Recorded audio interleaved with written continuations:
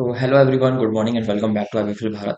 Same number 19 के दो question already आपने देख लिया है, question number 1 and question number 2, जिसके अंदर हमने कॉस्ट कैटेगरी और कॉस्ट सेंटर का काम किया था।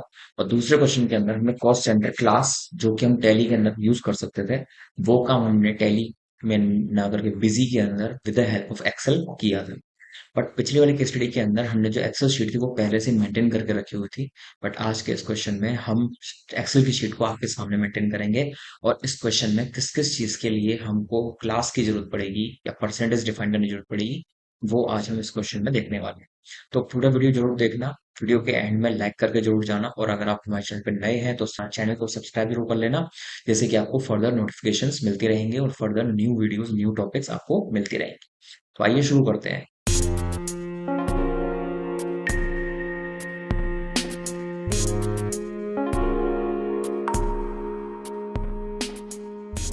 कंपनी क्रिएशन विंडो हमने ऑलरेडी खोल रखा है, उसके अंदर हम बना लेते हैं, कंपनी का नाम डाल लेते हैं।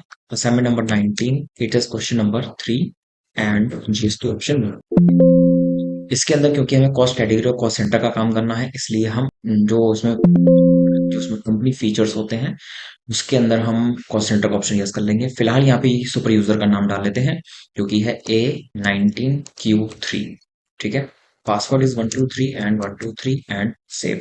ठीक है, फिर हम आ जाते हैं अकाउंट्स के अंदर। यहाँ पे हमारा जो ऑप्शन है कॉस्ट सेंटर्स वाला, इसको हम यस कर लेते हैं। बाकी इसके अंदर हमें कुछ भी यस करने की जरूरत नहीं है। ओके करो और सेव करो। ठीक है, अब हम सीधे चलते हैं एक्सेल के अंदर और ओपन कर लेते हैं एक्सेल। एक्सेल के अंदर अब हमें सबसे पहले देखना है कि हमें एक्सेल में जरूरत किस किस चीज की पड़ने वाली है। तो हमारे क्वेश्चन में जो परसेंटेज डिफाइन करनी है, तो हमारे क्वेश्चन में जो परसेंटेज डिफाइन करनी है वो है एडवर्टीजमेंट, जो कि ब्रांच वाइज हो रहा है। ब्रांच हमारे पास है दिल्ली, मुंबई, कोलकाता, चेन्नई, जिसकी हमें परसेंटेज डिफाइन कर रखी है। आप यहाँ पे पहले लिखिए एडवर्टीजमेंट। ठीक है, एडवर्टीजमेंट किसका हो रहा है, यहाँ पे हम डाल देते हैं ब्रांच नेम्स। ठीक है, ब्रांच नेम्स में हमारे पास क्या है, दिल्ली है, एक हमारे पास मुंबई है, एक है कोलकाता, और एक है यहाँ पे चेन्नई। ठीक है, फिर आगे जाते हैं। यहाँ पर हमको जो दूसरी डिफाइन करनी है वो है सैलरी ऑफ एम्प्लॉयज। तो यहाँ पे हम डाल देते हैं सैलरी, और सैलरी जो है वो है एम्प्लॉयज की। ठीक है, एम्प्लॉयज कौन कौन से हैं हमारे पास, रोहित, सुमित, करण एंड अनुज। ठीक है, उसके बाद में जो तीसरा आइटम हमारा है, अब जो ऑफिस एक्सपेंस 7 पॉइंट में आप देख रहे होगे, ऑफिस एक्सपेंस वो हमें लमसम दे रखे हैं, उसको हमें डिफाइन की जरूरत नहीं है। बट यहाँ पर जो तीसरा ऑप्शन है वो है रेंट। ठीक है, रेंट किसका है, गोडाउन। और गोडाउन जो है हमारे किस नाम से है, एक रॉ मटेरियल गोडाउन है, एक हमारे पास असेंबलिंग गोडाउन है, और एक हमारे पास फिनिश गुड्स गोडाउन है। ठीक है, अब ये तो आइटम हमारे हो गए। इसके बाद में हम यहाँ पे डाल देते हैं परसेंटेज। यहाँ पर आप ऑल्ट एच एम सी कर दीजिए, कंट्रोल सी करके इसको एंटर करो, फिर कंट्रोल सी करके इसको इन पर एंटर करिए, और यहाँ पे आप डाल देंगे रेट टू एलोकेट या फिर रेट ऑफ एलोकेशन। ठीक है, इसको ऑल्ट एच डब्ल्यू करके रैप टेक्स्ट कर लीजिए, और चाहो तो इसका थोड़ा फॉन्ट वगैरह भी हम बदल देंगे।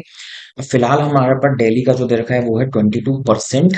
उसके बाद में हमारा आता है 33%, कोलकाता का है 23% एंड चेन्नई का है 22%। ठीक है, सेम वे में यहाँ पर जैसे हमने डाला, सेम वही चीज हमको यहाँ पे भी डाल देनी है। रोहित का एलोकेशन 27% हमें करना है, सुमित का एलोकेशन हमें 33% से करना है, करण है 22%, एंड जो लास्ट रह जाता है वो है 18%। ठीक है, और सेम वे में rate of allocation for rent godown के लिए हमें रॉ मटेरियल का दिया हुआ है 40%, असेंबलिंग गोडाउन का हमें दिया हुआ है 30%, एंड फ्रेश का हमें दे रखा है 30%। ठीक है, अब हमें ये देखना है कि क्या अमाउंट हम टोटल ब्रांच की एडवर्टीजमेंट पे दे रहे हैं, क्या अमाउंट हम सैलरी टू एम्प्लॉयज दे रहे हैं, और क्या हम गोडाउन का रेंट पे कर रहे हैं। टोटल अमाउंट हमको यहाँ पर डाल लेते हैं। यहाँ पर हम डाल लेते हैं यहाँ पे अमाउंट, और यहाँ पर हम डाल देते हैं वो अमाउंट कितना है जो हम एलोकेट कर रहे हैं। एडवर्टीजमेंट पे हम खर्च कर रहे हैं 1 लाख रुपए, ऑल टैक्स के कर दीजिए। उसके बाद में हमारा ये जो अमाउंट है वो यहाँ पर भी आएगा। तो सैलरी का टोटल एक्सपेंस हम कर रहे हैं 45,000।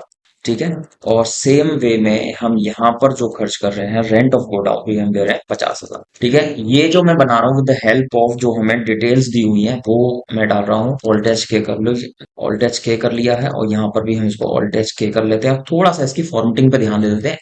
टाइपिंग तो मैंने कर लिया, तो पहले फॉर्मेटिंग कर लेते हैं। ऑल्ट एच बी ए, फिर ऑल्ट एच एफ एफ करके मैं यहाँ पे फोल्ड का नाम बदल लेता हूँ।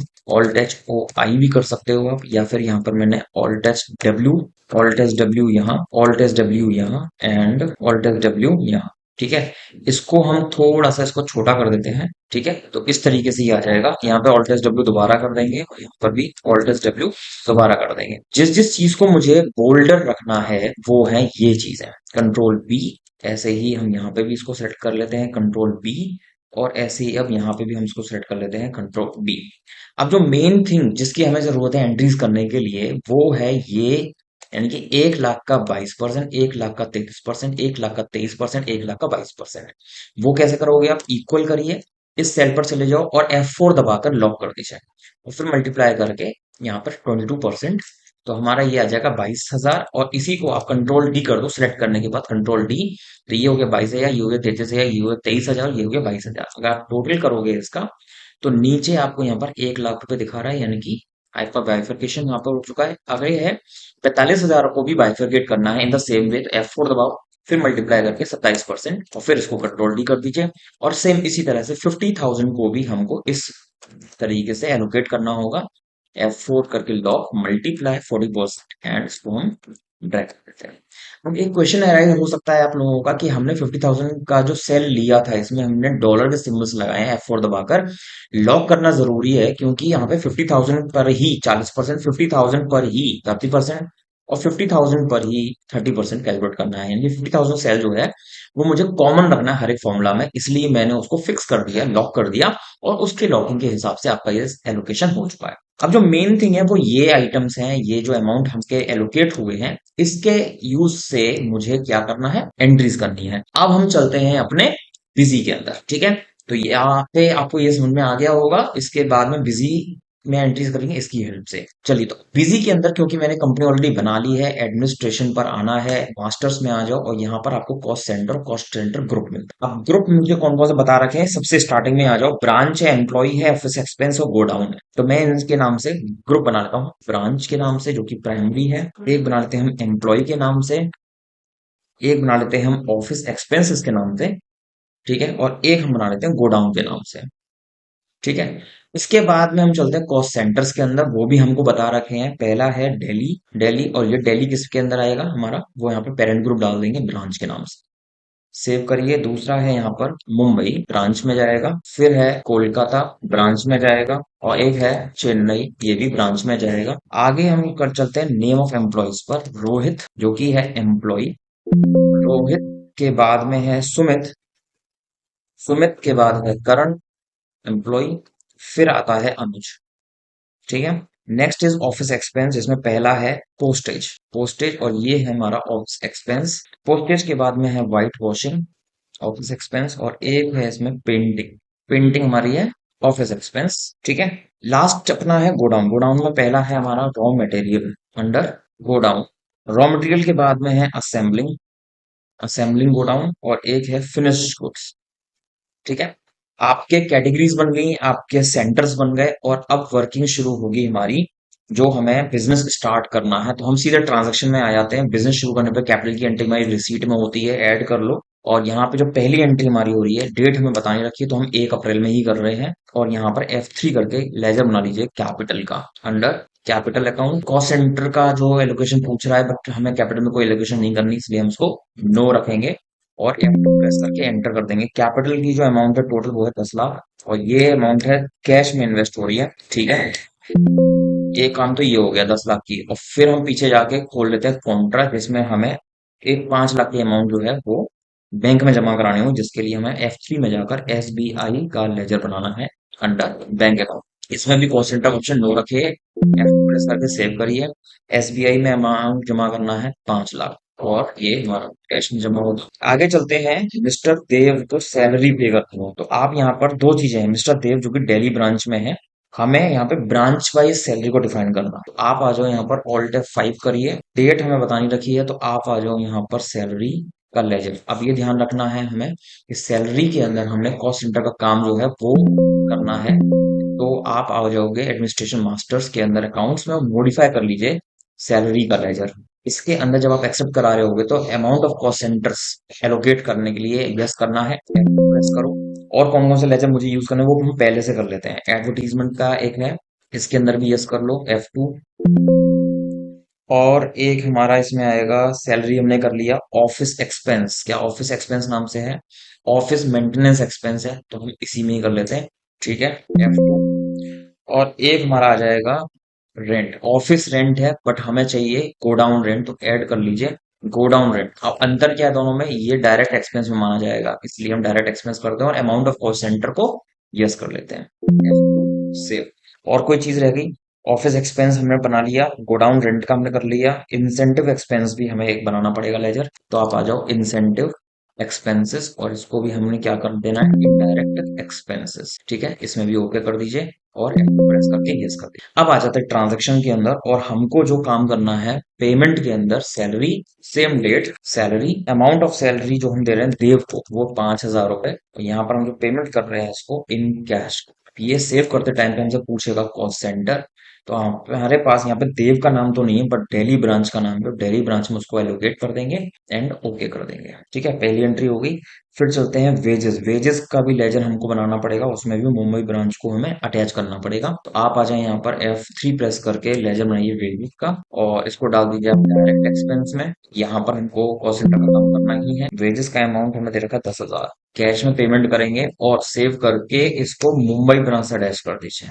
ठीक है, इसके बाद में आप आ जाइए, एडवर्टीजमेंट का पेमेंट करना है।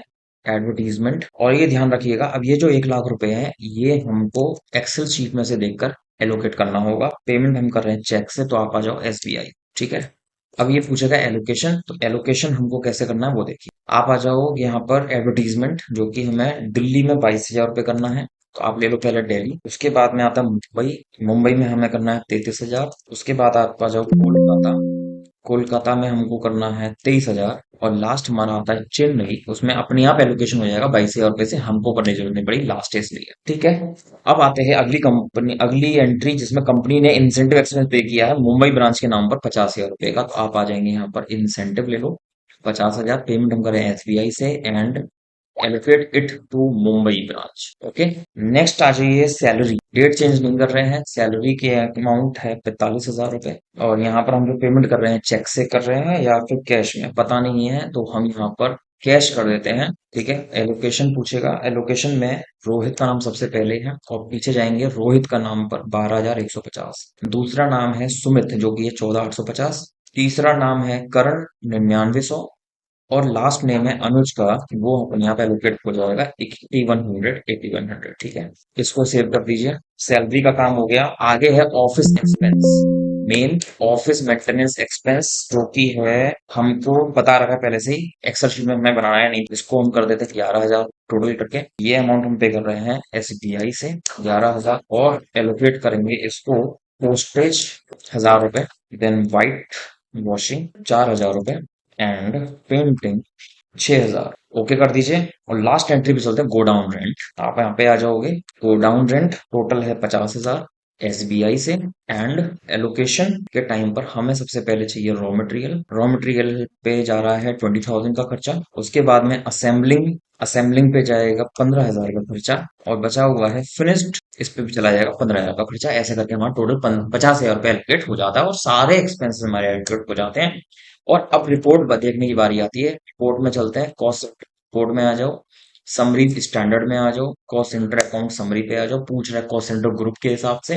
जी हाँ, ग्रुप के हिसाब से देखना। पहला ग्रुप हमने जो बनाया था यहाँ पर, वो यहाँ पे बनाया ब्रांच ऑल एंड ओके। ये आप देख सकते हैं ब्रांच के नाम पर टोटल 1,65,000 रुपए है, और सारी ब्रांचेस के नाम पर वो बता रखा है क्या क्या हो रखा है। ठीक है, इसके बाद में आप आ जाते हैं ब्रांच के बारे में, एम्प्लॉय। एम्प्लॉय के नाम पर देखते हैं कितना खर्चा हुआ है। 45,000 रुपए एम्प्लॉय के नाम पर है, जिसमें अनुज, करण, रोहित और सुमित, इन सबका एलोकेशन हमने किया था। और लास्ट इसके बाद में है हमारा ऑफिस एक्सपेंस। ऑफिस एक्सपेंस के नाम पर हमारा टोटल 11,000 रुपए का एलोकेशन हुआ है, पेंटिंग, पोस्टेज और व्हाइट वॉश। ठीक है, और लास्ट अब आता है हमारा गोडाउन।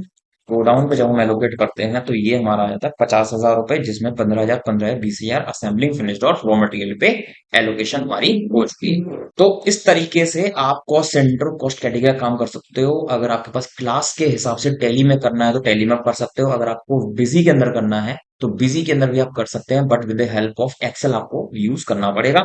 उसमें पहले से ही आपको ये ऐसी शीट पहले से प्रिपरेशन करनी पड़ेगी।